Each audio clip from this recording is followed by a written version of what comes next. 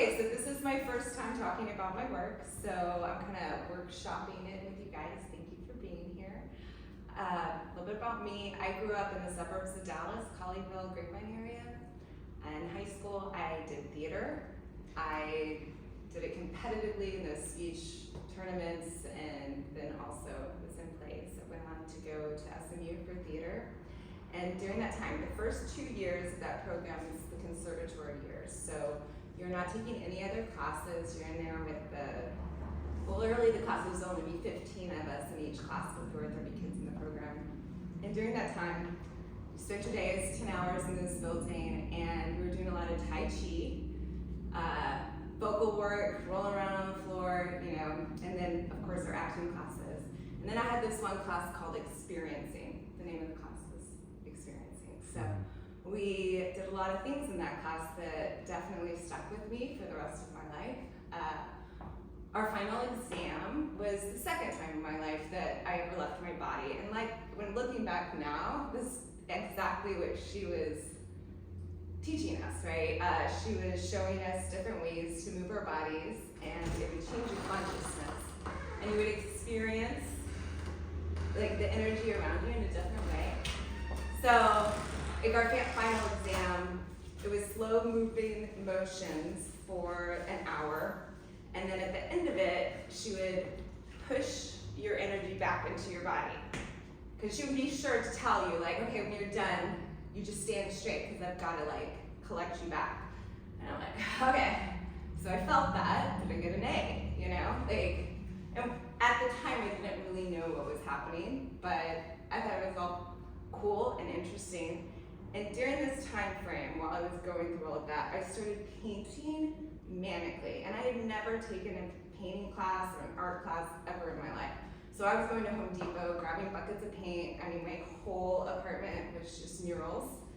And it was this manic thing. So after the 2 years, I was like, I'm a painter, and I didn't know that, so I'm gonna transfer and go to UNT for drawing and painting. And so I spent my time there, and I loved that program. I learned a lot, different styles of painting, just jumping into it. But at the end of it, I moved into the artist loft that used to be over there on Fair Park, the gallery and Meridian room, and started working, doing just display windows and stuff. And I made a conscious decision that I wanted to experience more of life before I decided I had something to say about it. And so I took my creative gifts and put them in another direction, and got to create, but not in a visual arts way. So flash forward 20 years after art school, that chapter of my life has ended. My baby is a little bit older, and then COVID hits, right? So, and that changed all of our schedules. And I found myself with more time. And I also started meditating. And when I started meditating, the art flow started happening again. And I became very interested in not so much what the art was, but what was that line of communication and that flow. I was also really into, there's this woman, Susan Simrad, she was a professor of forest ecology, and she had done these amazing studies. She wrote a book. I did not read the book, but I listened to her on a podcast twice because I loved it so much, where she's done all this research that trees do communicate, and this is how they communicate. And that really resonates with me. I would say I am first generation out of the woods. My dad was from deep in the woods. My grandpa was a well witcher. Does anyone know what that is? Yeah.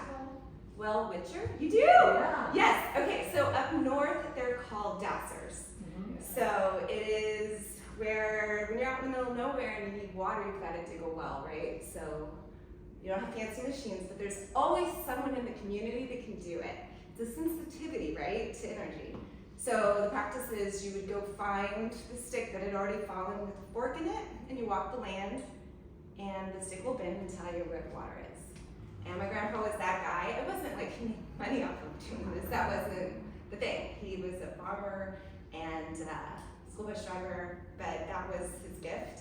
And it was an understanding of energy. So when I'm listening to this woman talk about trees communicate, like, of course they do. They believe it. So I personally was in a transition in my life, and for the first time in my life, didn't have a passion or a direction, right? So I went to the woods. I was reconnecting with my roots. Southern Arkansas, my family has some land out there. And I was meditating a lot, and I was drawing a lot. And that's when I started doing the dots. I call the dots stippling, whatever. So it's a series of these, right? But I was also playing with the dots because all I had was my little computer that had Microsoft Paint program. So this is the first chapter.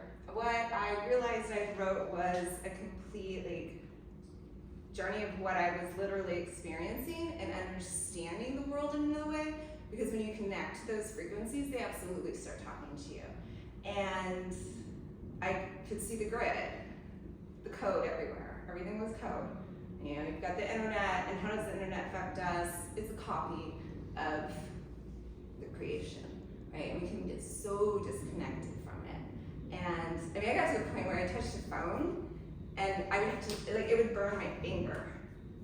It's not like that anymore. I've been out of the woods for a year and a half, and I'm like reacclimated. But that was the experience I went through.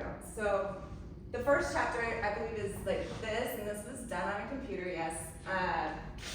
And it has 6 other pieces that glitch out. These are a work in progress, but I think of these as portals. And these are taken from my dots. I was doing all of it kind of at the same time and then making sense of it later. These will be wrapped in wood and on a turn mechanism because it's a sculptural piece, and I want people to get up close and to move them too, and also clip to the left. And they work different ways. So we go through that. Ideally, I see it. You go through all of this work. You walk through the portals, and then you go into my collection of dots. And I have some large paper ones. And then after that, I do have a collection. I have one printed. I need to get the rest done, which I call electrodynamic ecology, where I've taken the dots and I'll throw them on the computer, and so if I think of this as compressed data, how to expand data, and they just were puzzle pieces to me at the time. And so those pieces have more of everybody reads them differently. To me, they are more defined creatures. So there would be that chapter that's done but not printed. And then this is a piece that's the final chapter where we get into more of an ethereal place. This is one piece of a 5-piece puzzle I call Pieces of the Cross, or the Cross Puzzle. It's installed shaped like a cross. And then I have another large piece that goes with that. And that is what I've been working on. That's my story. And thanks for hearing me. Any questions? I do. Yes. What you said, because of the color purple. Yes. You used, I really love the fact that what you told me. What was it that you told me the reason? Yeah, think of it like a lilac, violet, purpley, but yes, that's, I think it's a color that connects your consciousness to something divine. Colors all affect us in different ways, right? That's a crown color. Thank you. And communication. That's another thing that you said. Oh yeah. Oh yes. So the dots. When I was first starting, I chose consciously just to do the dots because I felt like that was a way of completely taking myself out of it and to just simplify the most basic form of communication, an intention put on a page, and it would put me in a state of rhythm since I was really collecting the information around me, sitting alone in the woods for so long. And it is an orchestra, it is a symphony, and it would put me in a place when I was doing it that I really had never been in, except for the closest comparable space would be after I had my babies and I would sing over them, right? It's just a heart space. So yeah, it was a transformative experience for me, and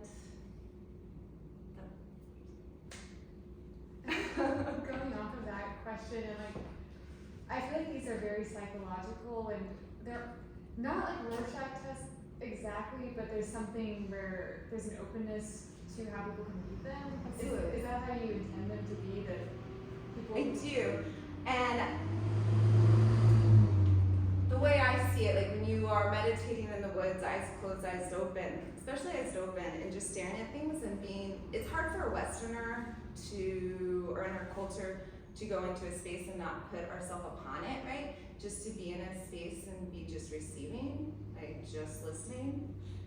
And I found when I did that, that's when I started seeing things in a different way. And it does make me think of the elementals and the energy and the spirit behind things, which connects me to the internet. Like it is all alive and it is all conscious and it is communicating if you're willing to put yourself in a space to hear it.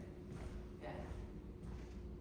So it being something that other people see different things, sure. We all see the world differently. But can you read like just the energy coming off of something to understand what it is? I love that. Is that why they're in a circle? Because you can turn them your own way. Do what? Is that why they're in a circle? So anybody can turn them the way that they want to see Oh, I them? specifically want them to turn to the left. I feel like so much goes to the right. And you know, I think it's Rudolf Steiner that did the Waldorf schools. He talks a lot about like, he wrote extensively. And it's really, some of it's pretty dry, but some of his concepts I always thought were fascinating about. He did writings on all language comes from a cosmic origin, and he was very adamant in school and teaching that you need to associate letters with things in nature, and it's a way of keeping our brain connected with what we come from. The further we get away from that, the less we realize like what we are. And the cursive, like I find like just writing in cursive and all that, it connects both sides of the brain too. And sometimes it can be too much on the side. So yes, I specifically want them to go to the left because we're so used to turning things to the right. Yeah, and you know, the T, of course, the T be associated with the tree, and the tree is symbol for wisdom. Why? But I feel like being in that environment is a wise environment and taught me stuff. So, yeah. I have have you heard of the Overstory or read the Overstory? If not, well, I can tell you later, but it's this book and it's about the language of trees in a way, like it doesn't exactly personify trees, but it's a story of trees. I don't know. I'll look into it. Yeah. It seems the Overstory. Yeah, it seems very related to your work and like your experience in nature. All right.